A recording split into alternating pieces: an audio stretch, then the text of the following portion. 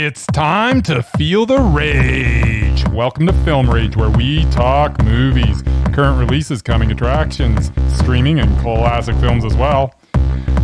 Directors and actors beware, as you cannot hide from the rage. My name is Bryce, and I'm part of the Film Rage crew, which also includes Jim. Hey, hey! And normally we would have the man who knows all the lyrics to all the songs from Grease 2, Murray, but alas, he is MIA this week. But I hear this will only be temporary. So with the introductions out of the way, let's rage on! Well, this is going to be a little bit of a change for us this week. We've got some changes to the programming, and so let's quickly run through the agenda here. So straight into streaming. Then we're going to do a new segment while there's nothing going on at the theaters called Favorite Films Specific to Genre. That's like a lot of mouthful there. And then we're doing Open Rages. We normally would do the Murman Minute, but we may be doing something else there. Submissions to the Doubted, Mesmerized, and Undoubted list. Rage or Dare, did Grease 2 make me want to sing along with Michelle Pfeiffer? Or did Murray's Bag create a huge musical pile of rage? And then finally, a shortened version of RMM. So, This week, what did we stream, Bryce? What did we stream? Well, I'll tell you.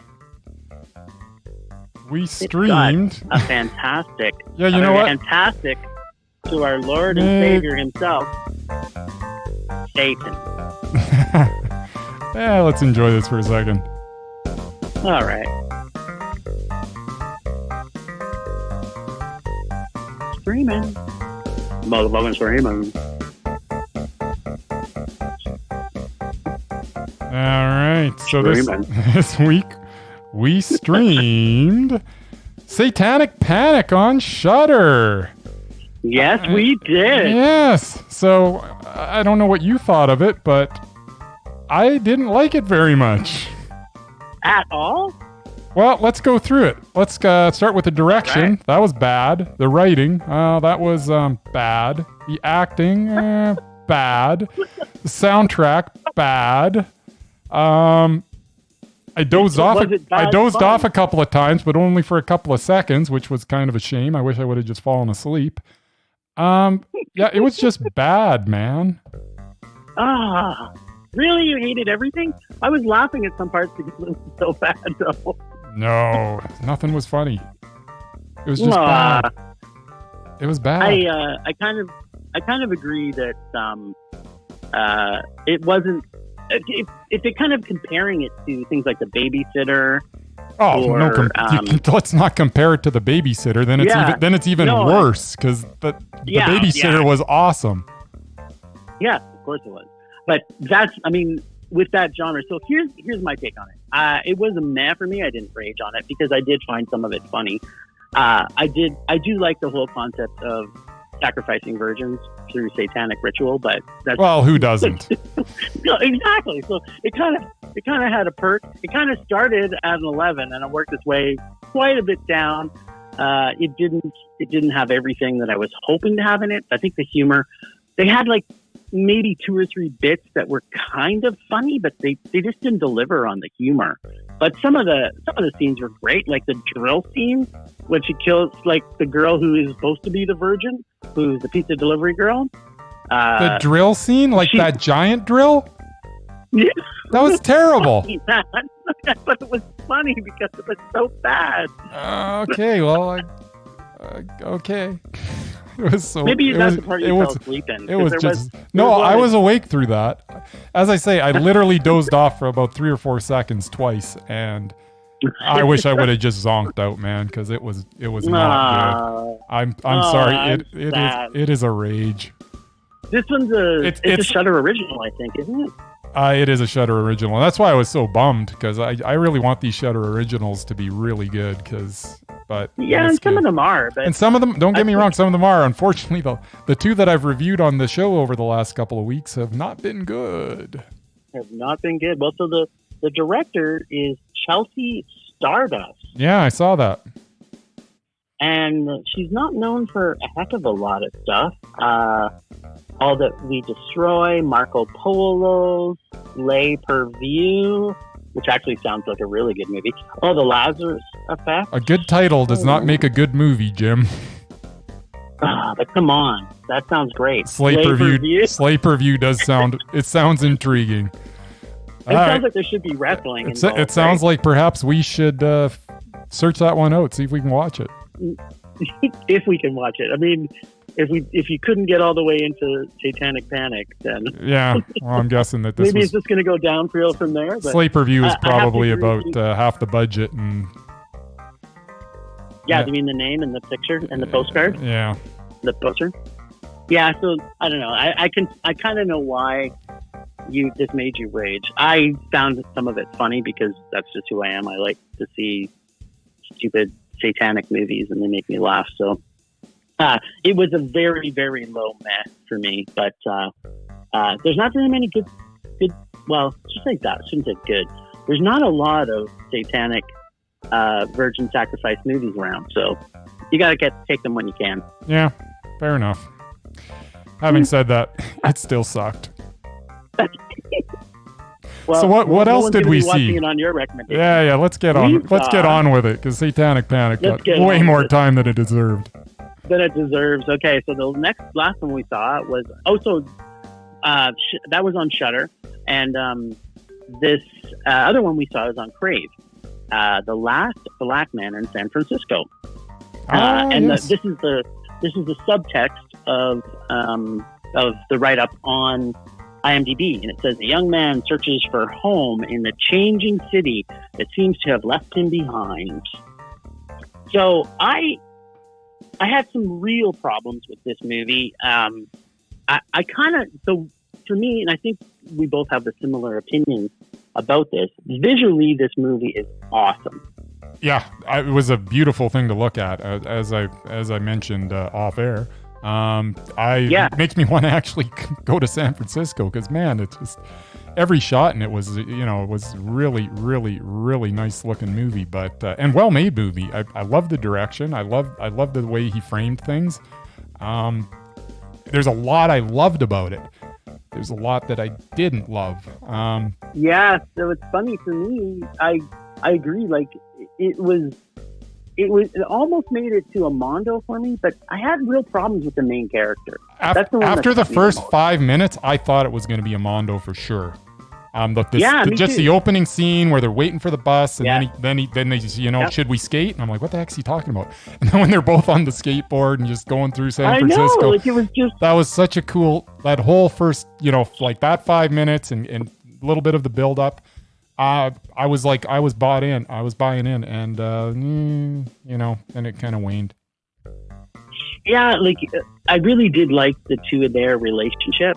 I think where it just fell flat for me and what stopped it from getting to a Mondo was the character development on it wasn't as great as I was hoping. Yeah. And for me, it's all about the character. Like, this is really about two guys that are best friends. Yeah, and but I like having questions about, relationship and stuff, but I still didn't really understand what they were to each other. It was a very, very odd dynamic that I think we needed to know to really get into the story, instead of me just kind of, because I didn't see it at all, and maybe others would, but I didn't. Yeah, no, I didn't either. And I think the other thing about the main character, first of all, I thought the acting was really good. Oh, the acting was great. Some of the direction specific to the main character, and maybe it was the writing.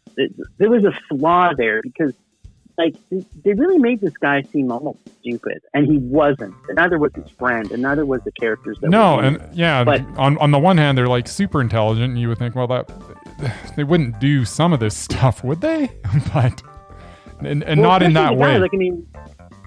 His whole naivete about the fact that his grandfather didn't build his house, and this is a bit of a spoiler for people watching, but it's I think that was supposed to be weighing on you, but they didn't build that part of the story up enough for you to kind of go,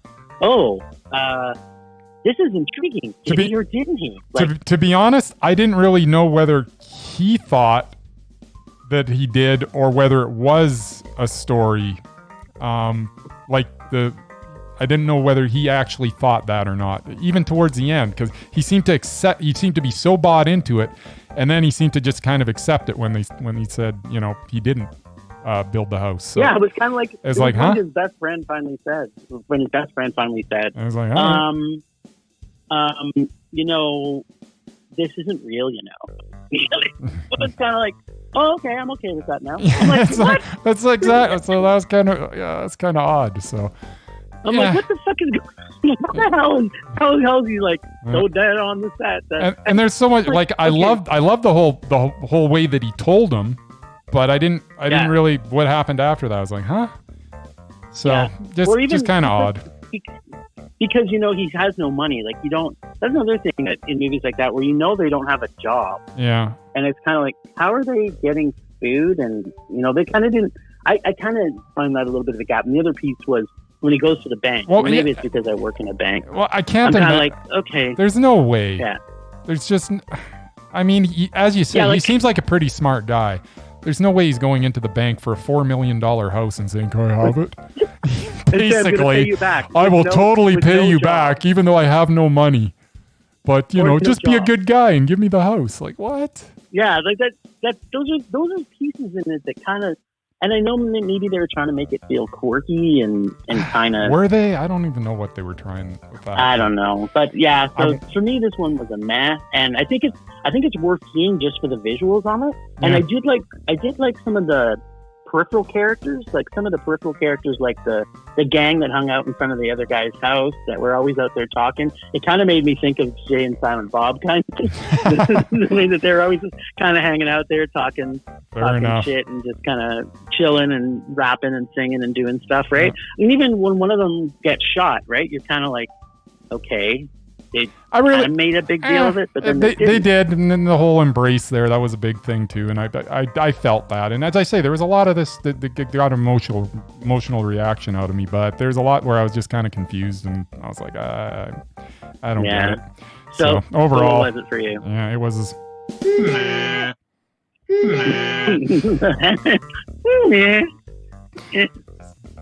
I tell you. So I guess we agree on that one, eh? Yeah, that's an agree. That's a solid man between the two of us. Right on. All right. Well, did you screen anything else that I'm not aware of? I did not. So you know what that brings us to? Wait. Before we do that, something? There is. Well, I didn't see something that we're not going to talk about, but what I did stream, because we had chatted about this, and I'm hoping that you did, was for our next segment, which is our favorite film from the genre comedy. Did you rewatch your favorite movie? I did rewatch my favorite movie. There you go. So we did stream something, and that's a perfect segment to segue into our next segment. Yes. So crank that music up. Will do, man. I feel, and this is almost fitting, seeing as how this week it's comedy. It almost kind of takes me back to Seinfeld. It really does. It's got a Seinfeld-esque feel to it. It's kind of like if you can imagine, I don't know what the porn version of Seinfeld was. I'm going to look it up on the internet here while you just sing and dance. I'm not going to do either of those. I'll bob my head a little bit. How's that? That works. This song keeps on getting better. I have no idea why you're looking up whatever you're looking up. Let's get on with it, man. It interests me sometimes. Yeah, well. Oh, okay, so it's nothing special. The porn version of Seinfeld is called Seinfeld parody porn. So yeah, that's fantastic. That's boring. I'm glad we just killed 30 seconds to find that out. Whatever, we got lots of time this week. That's true. Murman Minute should be short this week, I guess, eh? Yeah, it'd be very short. Unless he somehow satanically possesses me. Wink, wink. I think you're up first. If you had to come up with, I will be up first. Yes. But first, if you had to name a Seinfeld porn name, what would you come up with? I don't know. What would you come up with, Jim? Jerry's Berries? That's fantastic. Okay, let's move on. Maybe? It's terrible. All right. Well, this week we have made a list of our top 10 comedies. Yes, we have. For each of us. And I really kind of wish that Merman would have sent us his stuff. I we could happy to see it. He's got exactly. We at least could have told everybody what the Merman's top 10 was.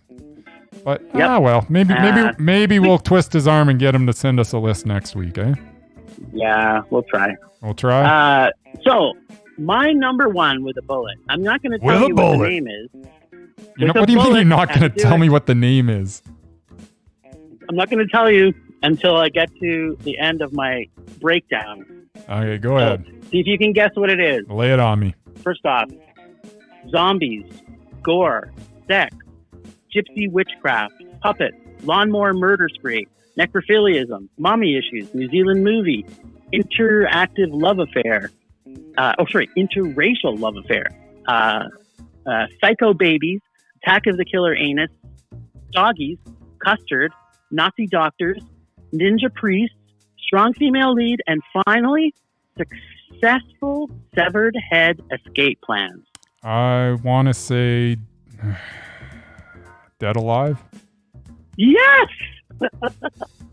I think there was enough leads there. Yeah, no. I had it after about the first three, but I was pretty much positive by the end. Was it gypsy witchcraft? Yeah, well, it was that, and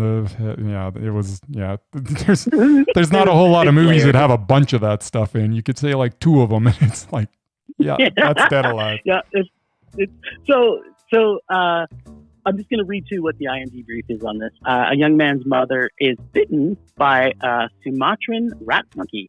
She gets sick and dies, at which time she comes back to life, killing and eating dogs, nurses, friends, and neighbors. And then the real fun begins. Best line? "Oh, Fernando, your mother ate my dog." Yes, Dead Alive is well worth a watch. Or the other, almost his favorite, is "I kick ass for the Lord."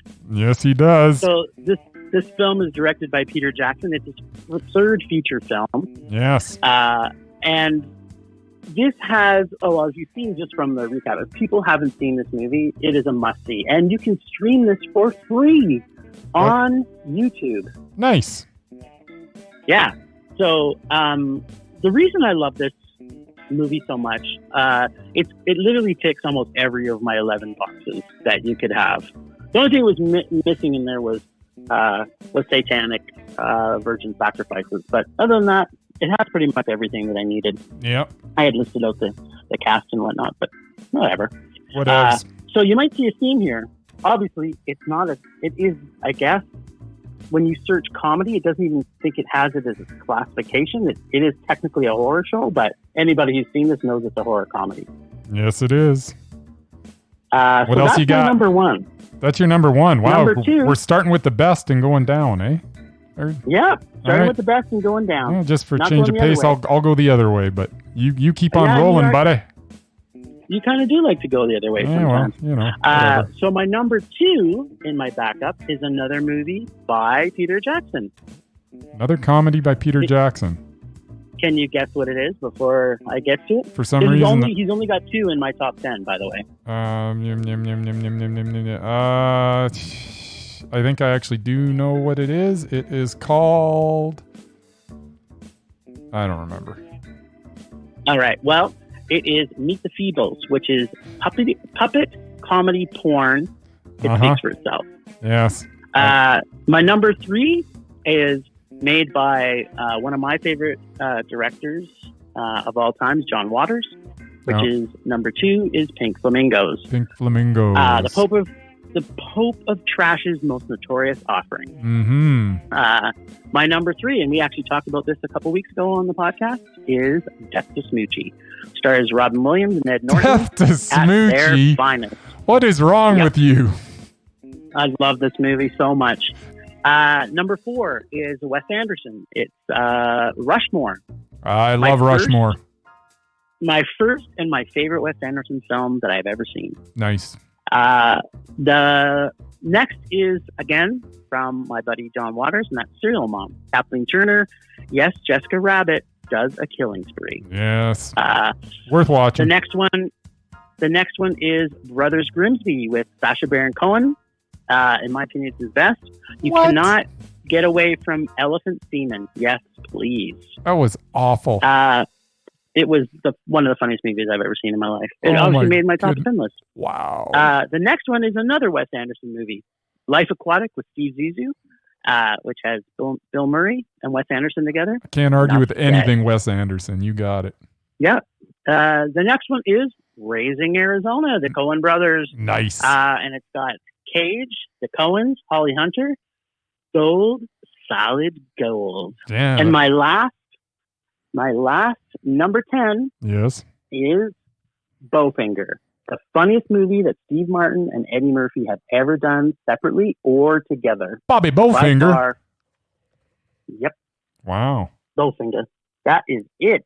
That's my top 10. That is an interesting top 10. I agree with most of it. You're having a problem with Brothers Grimsby, which I absolutely loved. I laughed all the way through it. Oh, see, because I didn't. And the elephant semen scene did nothing for me. Zero. I couldn't stop laughing. Really? He filled the entire other elephant. I know. It was really not funny at all. It was disgustingly funny. Okay, well, we'll agree to disagree. Well, if you only picked one out, obviously you didn't like Death to Smoochie either, though. So. Nah, I didn't really like it. Death to Smoochie was not great. But, whatever. Well, so I liked 8 of your 10. Or was it 11? I think you snuck in like 2 at number 3 or something. No, was it 10? I might have said 3, but what I did was I put my number 1 and I put my 9 runner-ups that went as 1 to 9. So fair enough. All right, I guess it's my turn, eh? It is. What you got, baby? Well, I'll just preface to get on my list. I had to have watched the movie multiple times, and continue to find it hilarious every time. Although there is one exception at number 5, which will be obvious. It's something that we saw this year because when you laugh so hard that it hurts, you kind of have to. It kind of has to make your list. Yeah. Yep. All right. Well, and part of what we had talked about was making sure that this is a movie that you've gone back and rewatched to make sure it made your number 1 on the list. My number 1, we might have thought that was... My number 1 isn't the one that you're thinking that I was talking about before. I watched it again, and I knew it wasn't. I still think it's hilarious, but the person that I was watching with, she did not think it was funny at all. She just sat there and watched it stone-faced. No. What ends up being my number 2 in number the 5. end. But, all right. Okay. Well, let's have it. Sorry for interrupting. That's all right. So, number 10 would be Superbad from 2007, directed by Greg Matola, actually. Try that again. Stars Michael Cera and Jonah Hill.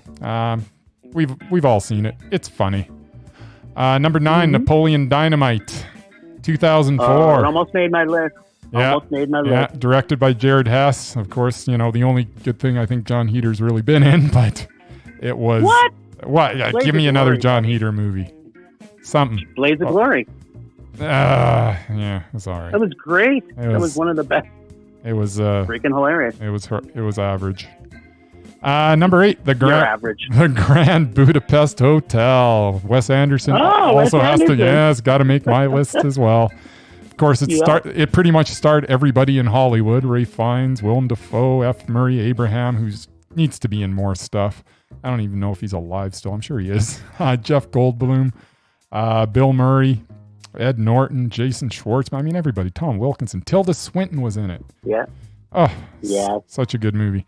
Number 7, Wes Anderson again. The fantastic Mr. Fox, the one animated movie that makes it into my list.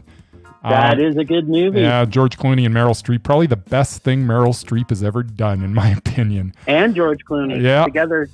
I literally, when I watch this movie, I literally giggle through the whole thing. And when they're explaining when they're explaining the rules to that game that they play, I can't even remember what it's called, but oh man, I almost pee myself. Number 6. That's pretty funny. Yeah. Number 6, Clerks, directed by Kevin Smith. That was his first effort. I really enjoy this movie as well every time I watch it, and I've watched it many times. I laugh and I laugh and I laugh. A lot of the humor is a little sophomoric, but hey, that's all right. Number 5, VHS from this year. Well, actually late last year, but we saw it this year. Yeah. Directed by Jack Henry Robbins, which makes me want to search out anything else that Jack Henry Robbins does, because it was really funny. Carrie Kenny as Joan was probably stole the show, but it also highlight of it. Yeah, it had Tim Robbins and Susan Sarandon with little bit parts in it, and just a good time. Really funny stuff. Number 4, The Pineapple Express from 2008. Well, there you go. I actually like director David Gordon Green. He's done a lot of good stuff. Seth Rogen, James Franco, Danny McBride.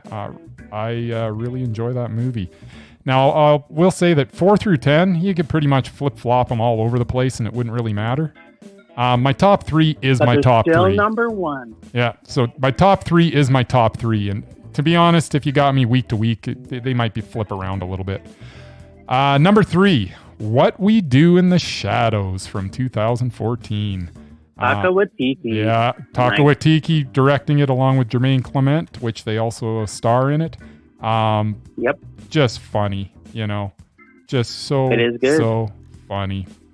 I love it. Yes, number 2, Super Troopers, directed by Jay Chandrasekhar, starring the Broken Lizard comedy troupe. It's also got, Brian Cox to bring a little class to the project. You're crazy. It's so good. You went crazy, buddy. I tell you. And number 1, and I cannot believe that this did not. It is with a bullet, and I can't believe it didn't even make your top 10 because every time I watch it, I just laugh. This is Spinal Tap. Such a good movie. Yeah, by far the best thing Rob Reiner has ever done. It's just so good. 100% agree with you. And when you got Michael McKean, Christopher Guest, and Harry Shearer as Spinal Tap, you can't go too far wrong. Plus, all the little cameos in it are fantastic. Bruno Kirby and Ed Begley Jr., Fran Drescher doing the best thing she's ever done. It's so good. Billy Crystal was in it, Angelica Houston, Fred Willard. I mean, it goes on and on and on, and everybody's just so funny in it. This is Spinal Tap is my favorite comedy of all time. I'm going to take this opportunity real quick to run through my honorable mentions, other stuff that people should check out. Bottle Rocket, Rushmore, Team America, World Police, because you had to get it's got the best puppet on puppet love scene ever. Yeah. Monty Python's Life of Brian, Monty Python's The Holy Grail. You got to have some horror comedies in there, right? Tucker and Dale versus Pure Evil, Zombieland 2, Double Taps, got to be included. I also got Dude, Where's My Car? I've also got my favorite absurdist comedy, Wrong. And Adam's Apples. It's a gem from Denmark, starring Mads Mikkelsen. If anybody gets a chance, check out Adam's Apples. It probably could have got as high as number 4 on my list, but it just fell off. So that is Many other good choices. And there you go. Some of the crappy ones on your list. Actually, every single thing on your list I still enjoyed. There was nothing I hated off your list. There you go. All right. You know what that brings us to, Jim? I think I do. All right. Bring it on. Vision blurring. Rage taking over. Nice. All right. What you got this week, buddy? It's my open rage, isn't it? Yeah, streaming right in there. Hail Satan. All right. So my rage this week is that TV shows are stealing some of my favorite movie actors. It's ticking me off. What? Yes. So we'll start with Talk Tom. About it. Let's start with Tom Hardy. You know what he's done since 2016? No. He's done Dunkirk, which he was in for 7 seconds? And Venom. He's done 2 movies in 4 years. Why? Because he's been in stinking this stupid TV series, Peaky Blinders, which apparently I have to watch because someone else is actually on this. It's Peaky Blinders. It's not Peaky Blinders. That's what I meant. Peaky Blinders. Sorry. And it's amazing, by the way. Is it? All right. Yeah. And Taboo, which I don't know what that is either. But I'm just do some movies, man. We also got Steve Buscemi. Steve Buscemi's been in what? He's been in The Week Of, a Netflix Adam Sandler piece of crap in 2018. He was in Nancy in 2018, which I've been meaning to actually watch in 2018 as well. And The Dead Don't Die. So in like 3 years, 2.5 years or so, he's done like 3 movies because he was starring in some TV series called Miracle Workers. Have you watched that? No, but he's done a couple back-to-back, right? Like, he did Miracle Workers, but he was also on... And he's done like some bunch of voice work, too. Was he on some other huge one? I don't even know of it, but... Yeah, Boardwalk Empire. That was his whole show, man. Boardwalk Empire was what, 40 years ago? What are you talking about, man? What? Boardwalk Empire was 2010 to 2014, so... Okay, so it was 6 years ago. Anyways, yes. And then back then, yes, they was stealing him away from movies as well. I realize that they're probably making the big bucks for making the movies, but I want them on my big screen. I don't watch the television shows. And what is going on with Adrian Brody? His last what happened to him? Is he still alive? He is still alive. You know, the last thing he did was Da Hong Ha, which was a Chinese movie known as Airstrike in North America in 2018. Depending on where you're seeing this, it may also be known as The Bombing or Unbreakable Spirit. Not a good sign when a movie goes by multiple titles.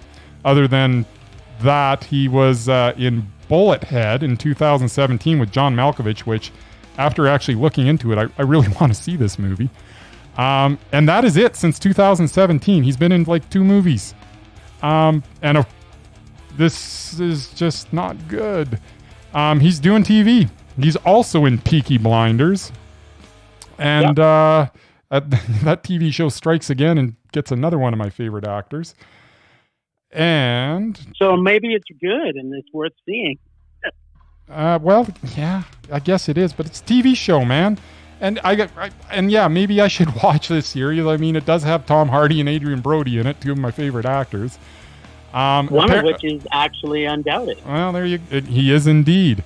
Apparently, he's doing some other series coming up called Chapelwaite, that's in post-production right now. So he's going to be free. Yeah, so that's taking him away from more movies. Like, come on, dude, get back in the movies. You're doing something in some Chinese movie, and then you're doing some movie that obviously didn't get any type of release at all because I never heard of it. But now that I've read about it, I really do have to go through that Bullethead, or I got to find it. John Malkovich. He's actually making a few movies. Is he? He's in. So he's one that's just been completed called Clean. Yeah. He's doing The French Dispatch, which is completed. Yeah. Blonde, which is in Okay, post-production. Emperor, which is in post-production. El Tonto, which is in post-production. Then he's also doing those. Well, maybe he's getting back into it because, man, it's time. It's time. I've been aching for a little Adrian Brody. And finally, he hasn't. Exactly. And finally, Emily Watson. Since 2017, she's been in Kingsman: The Golden Circle, which was garbage, by the way.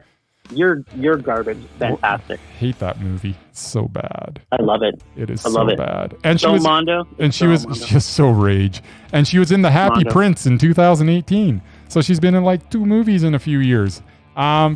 She's been in no less than 6 TV series since then. Stop stealing all my favorite actors' television. That's all I got to say. Television, you're fucking evil. It is evil. So now, super fucking evil. But I have to do a little bit of a rebuttal here. All right, go on. What's your rebuttal? The reason I'm going to do this rebuttal is because, I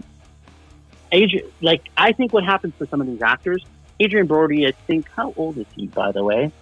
He's born in 1973. So he's probably of that age.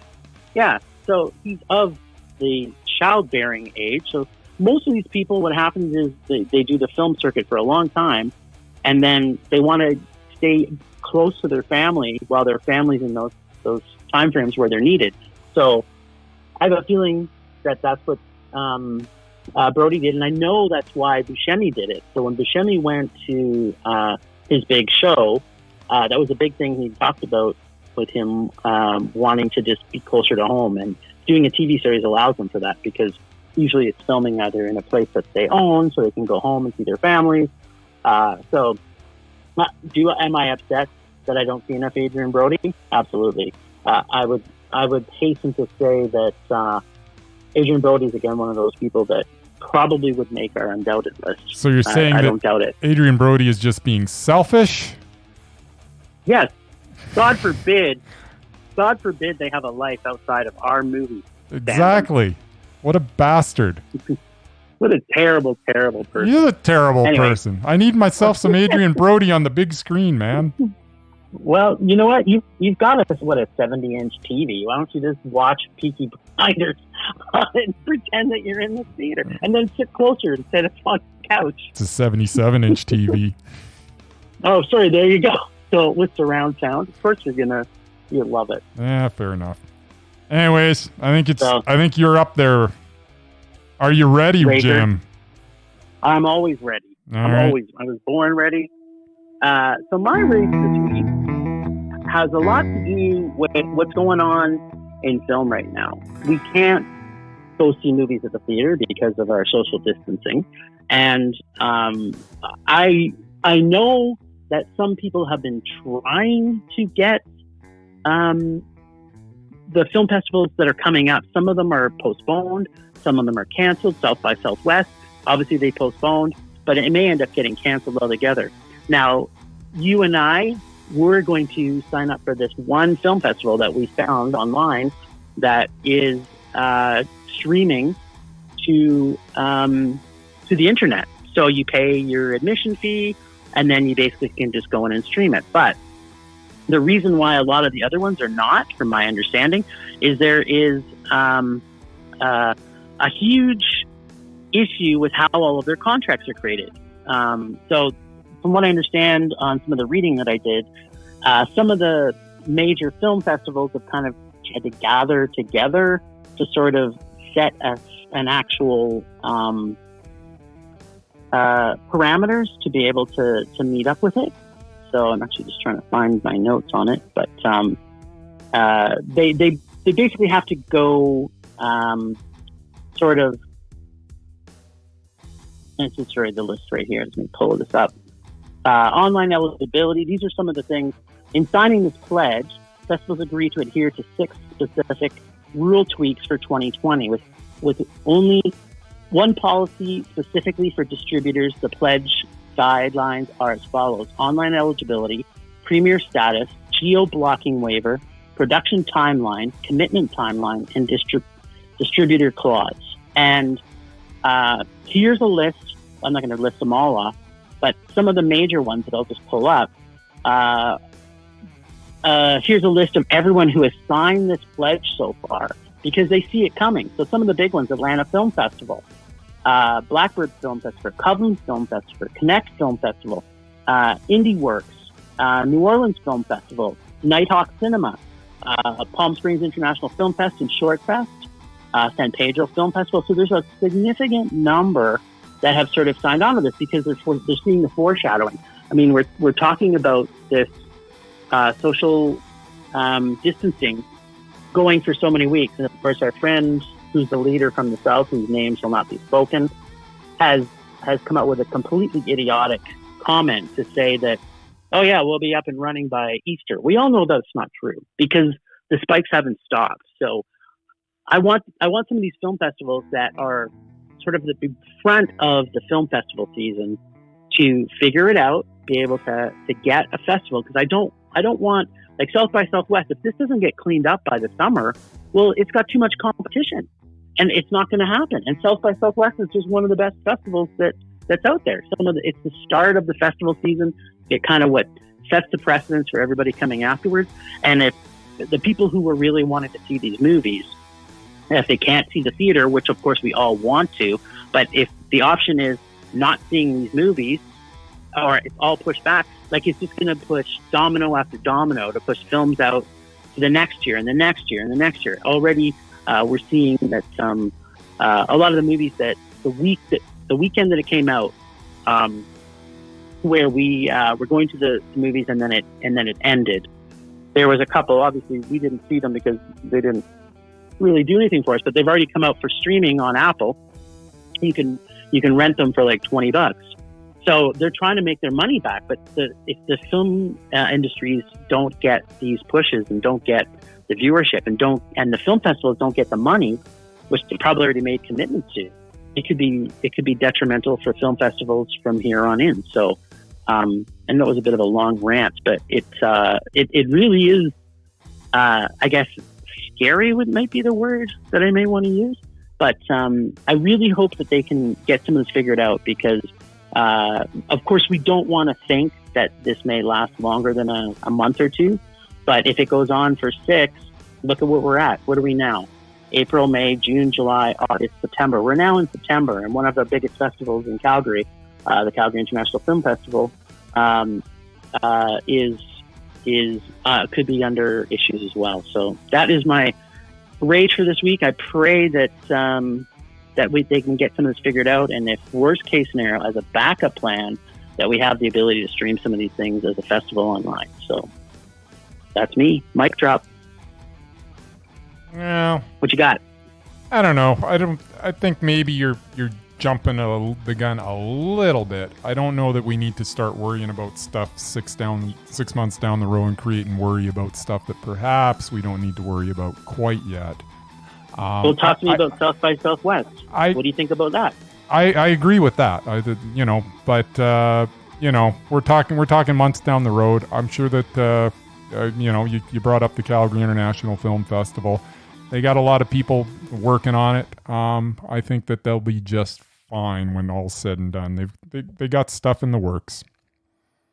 Well, yeah. I mean, I'm hopeful, but you can't just ignore the fact that we say, okay, South by Southwest. Hey, we all want to be sitting in the theater watching movies, man. I can't argue with that. Of course we do. Yeah. No, but even at that, it's all gonna work itself out to a certain extent because people see what's happening, and if it's got to go a certain way, it'll probably go that certain way.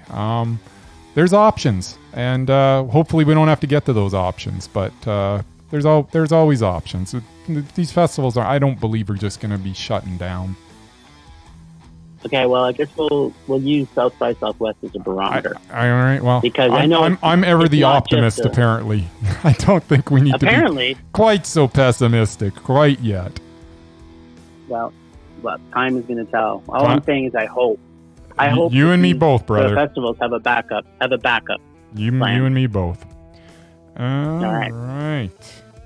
So where are we going now? Rage subsiding. Pulse slowing. Anger fading. All right. Well, this week, which we normally would have in our Murman Minute spot, and since throughout the podcast so far, Murray has not actually possessed me through ghostly means or satanic means. I thought he had that ability. I thought he did too. So why isn't he using it? I don't know. Sometimes maybe he's just offline. Who knows? But I'm sure. At least we get the Murman Minute music, though, right? Yeah, it's not the same without him. It really isn't. Oh man, Murray, I miss you, buddy. I'm kind of bummed now. I know, me too. Well, hopefully this will be on a sober note. I'm sure if Murray was here, he would talk about all the good reasons why to see Grease 2. And it might have made one of his top 10 lists for his favorite comedies. Who knows? It may have. Maybe we'll find out. Well, Murray, we miss you, and we hope all is well. For all those listening, no, from what I understand, he does not have the COVID-19 virus. So don't worry about him. He will be back. Just like Arnold. Nice. All right. So this week, I brought forward a new Doubted. A new Doubted. I did. All right. Now, the problem that we might have with this Doubted is the fact that he hasn't made a good movie in so long. Yeah. That I listed out his 9 last movies. Yeah, I'm actually looking at the list, and we've got a problem because I'm guessing neither of us have seen like 6 of them. Yeah, so I guess the question goes is that if the ones that we have seen are so bad, I'm not going to go back and watch them. Yeah, because every movie he's made that I have seen has been terrible. I'm just looking at this, and I've seen 3 of them. And were they all rages, or was one of them a meh? No, they were all rages. The Fanatic, we know that was a rage because we talked about that. It made my worst movies of the year. For some reason, I saw Trading Paint. That was almost unwatchable. Yeah, I don't know. It was almost unwatchable. I was just, I don't know. I must have been bored that day, looking for something to punish myself with. Maybe I did something wrong, and I was trying to punish myself. I'm not sure. You were looking for love in all the wrong places, buddy. Well, maybe. And I saw Gotti, which he was awful in, and the movie was awful. So but it should have been good because he was an interesting guy. But yeah, honestly, I haven't seen anything else on this list. I think I've almost watched a couple of them and then gone, no, I don't think so. The Poison Rose, I know I read a blurb about it. It looks awful. I think we should pencil. Okay, here's a deal. Why don't we both watch one of them? Oh man, this could be terrible. How many have you seen? I'm guessing you've seen 1 out of these 9. I've seen 2. Okay, what's the other one? I saw Gotti and I saw I Am Wrath. And you saw I Am Wrath? Okay. Yeah. Okay. And it's the rage. But okay, so just so you know, as a preface to this, every single one of these movies, all 9 of them, so let's just read them out. The Fanatic, The Poison Rose, Trading Paint, Speed Kills, Gotti, I Am Wrath, In a Valley of Vengeance, Criminal Activities, and Life on the Line. It's in a Valley of Violence. Not one of them got higher than a 6 rating in IMDb. IMDb gives like 3s to some of my favorite movies. Yeah, but also people give it 10s. I'm saying it's almost like the barometer because it is still an average of everybody that's voted. So if not one of them can get above a 6 out of 10, that's not giving me a lot of hope that we're going to be able to watch one and be able to say it's worth it. I don't know, man. We've seen a total of 3 movies out of 9. We only have to see, it's got to be out of 8. I think we have to at least see half of them in order to say that he's doubted. So here's the deal. Well, if you're not willing to see one more, then he can't make the doubted list because that's not enough to go on. I can't just assume.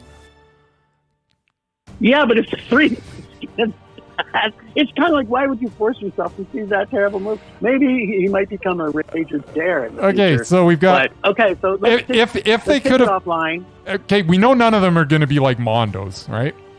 So here's the thing: we had the Fanatic. The Fanatic was a rage.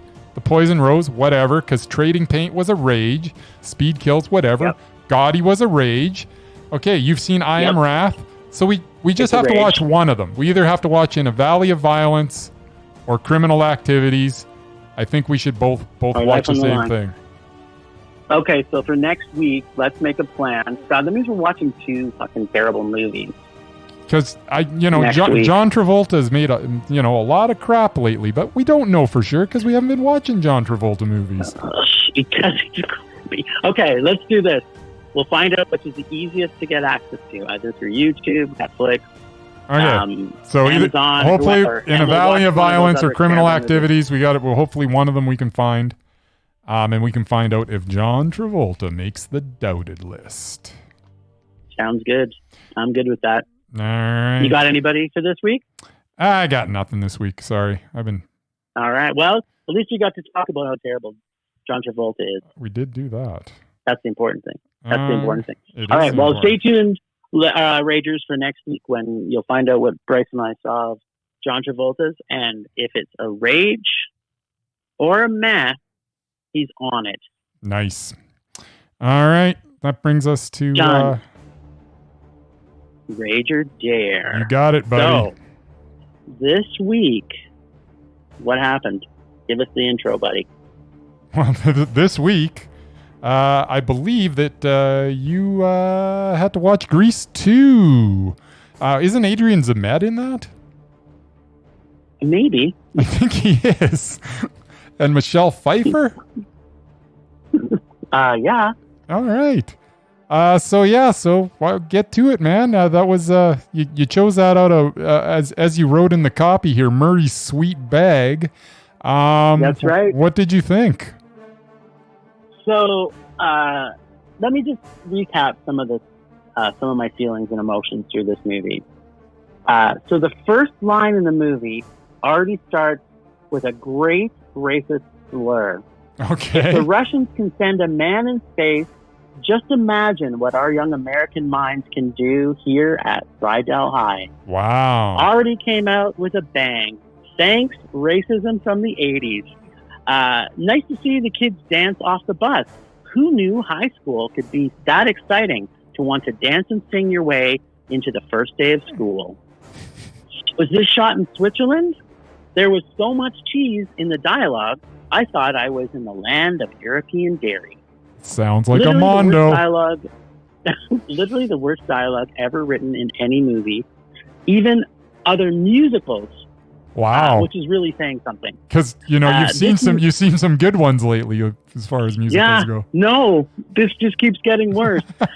This made me remember the sarcasm from the recently released Puppet Killer, who cast as a sarcasm a 50-year-old man as a high school student as sarcasm.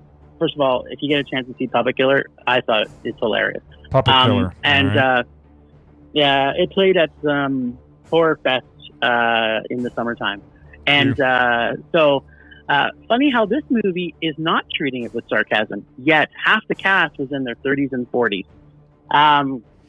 What a great concept for a sequel. And I quote Olivia Newton-John when I say, a strange twist of fate, in that this time I saw what you did it's there. a man from it's a man from another country to Rydell High. And will he fall in love with the one greasy pink lady? What is going to happen? I bet will she he falls turn in love. Grimy, or will she turn geek? I can't wait to find out. Oh wait, they are both greasy, just like this movie. Frenchie. Okay, so if anybody's seen the original Grease, Frenchie, really give it up. You were a dropout when you were 20-something, when you were doing the original, and now you're going back to Rydell in your 30s? Come on. Really, Frenchie? Really, the first song that is part of the musical is about bowling. We're going to score tonight.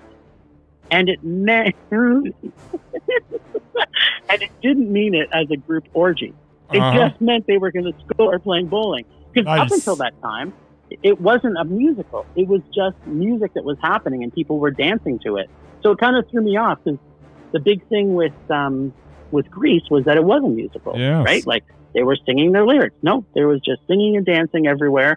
And then all of a sudden, they finally introduced it as a musical at the bowling alley. So, yeah, I can say one thing. Murray had it right when he said Michelle Pfeiffer was the only good thing about this movie. I can see why he spent the better part of his childhood painting the ceiling while watching this movie. What do you mean by that, Jim? Well, I'm sure the ceiling of Murray's childhood was probably white if he was actually watching this movie over and over with Michelle Pfeiffer. You don't have to tell me. I'm sad I asked. No, you're not. Not sure why the pink ladies are such bitches to Frenchie either.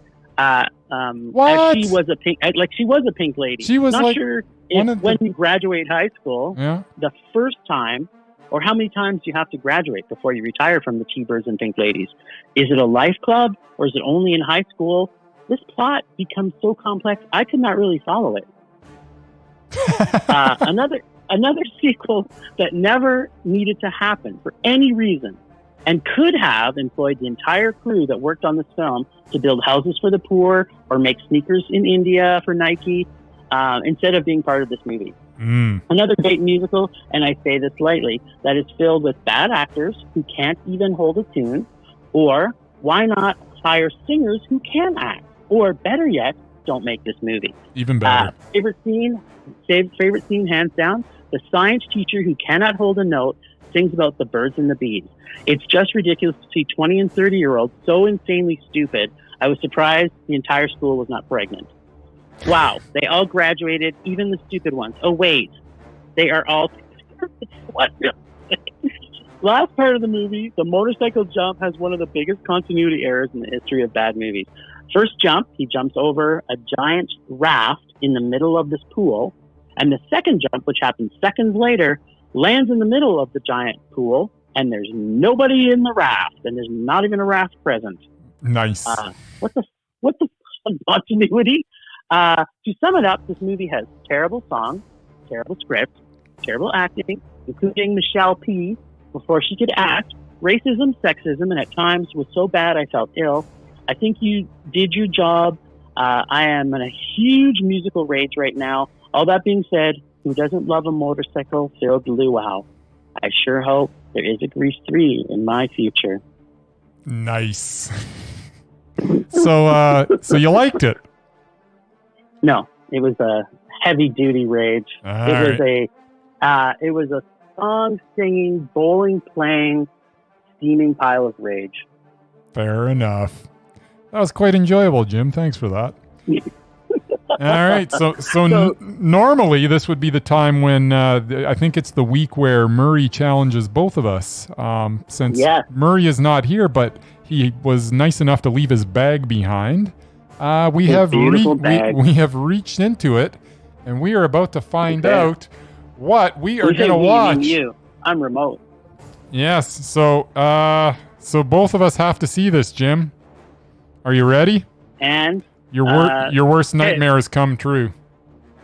Top Gun? It's Top Gun. Oh my god. Oh my god. Yeah. Oh my god. I am so not looking forward to this. God. This is just. Oh my god. I guess at least Oh my god. At least we both have to watch it. So it's sort of. It seems so unfair if only one of us would have had to. Yeah, I do have to say, because this is both of our biggest. This was, I knew this was in everybody's bag, to be honest, and I knew someone was going to pluck it, but I was hoping somehow, some way. So here's a question. When we pull it again, we don't have to watch the second. No, it has now been eliminated. So at least in a way, it's like tearing off a Band-Aid, my friend. We'll get it over early. It'll be gone. We'll move on with our lives. God. Oh my god! It's not. We both know it's going to be painful, but what doesn't kill you makes you stronger, my friend. So I've heard.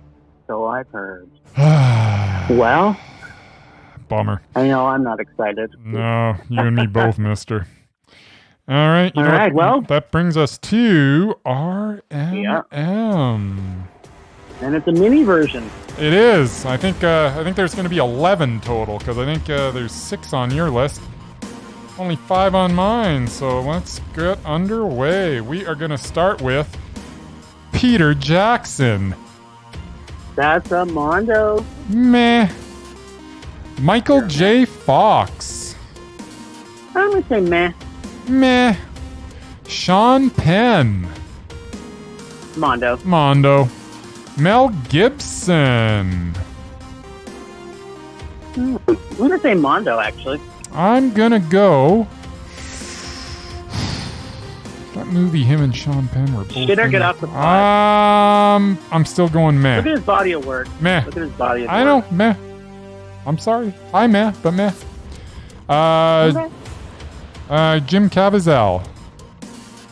That's a Mondo. Demi Moore. Meh.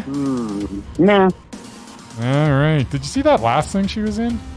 It's like a retreat for... Like a corporate retreat? Where they got Sounds terrible. Buried in a cave, and... I don't know. It was awful. All right. Michael Cera. That's a Mondo for me. Mondo. Jonah Hill. Nah. Meh. Brian Cox. Oh, yeah, that's a Mondo. Ed Begley Jr. Meh. And Angelica Houston. Oh, that's a super duper top of the list Mondo. Nice. That was a good list. Yeah. Such a good list. That is a good list, isn't it? Well, Murray, we missed you this week, buddy. Hopefully you'll be with us next week. All right. Well, I guess that's it. Unless you got something else you want to throw in. I got nothing else. I think, considering we were running shorthanded today, and I was, you were going by via telephone, and I was going off of and I was running the show here with the music and all. I'd say it went pretty smoothly. Octopus hands, baby. That's what we're going to call you from now on. I'm doing Mr. what I can. Octopus. A man Would you prefer Mr. or Doc Octopus?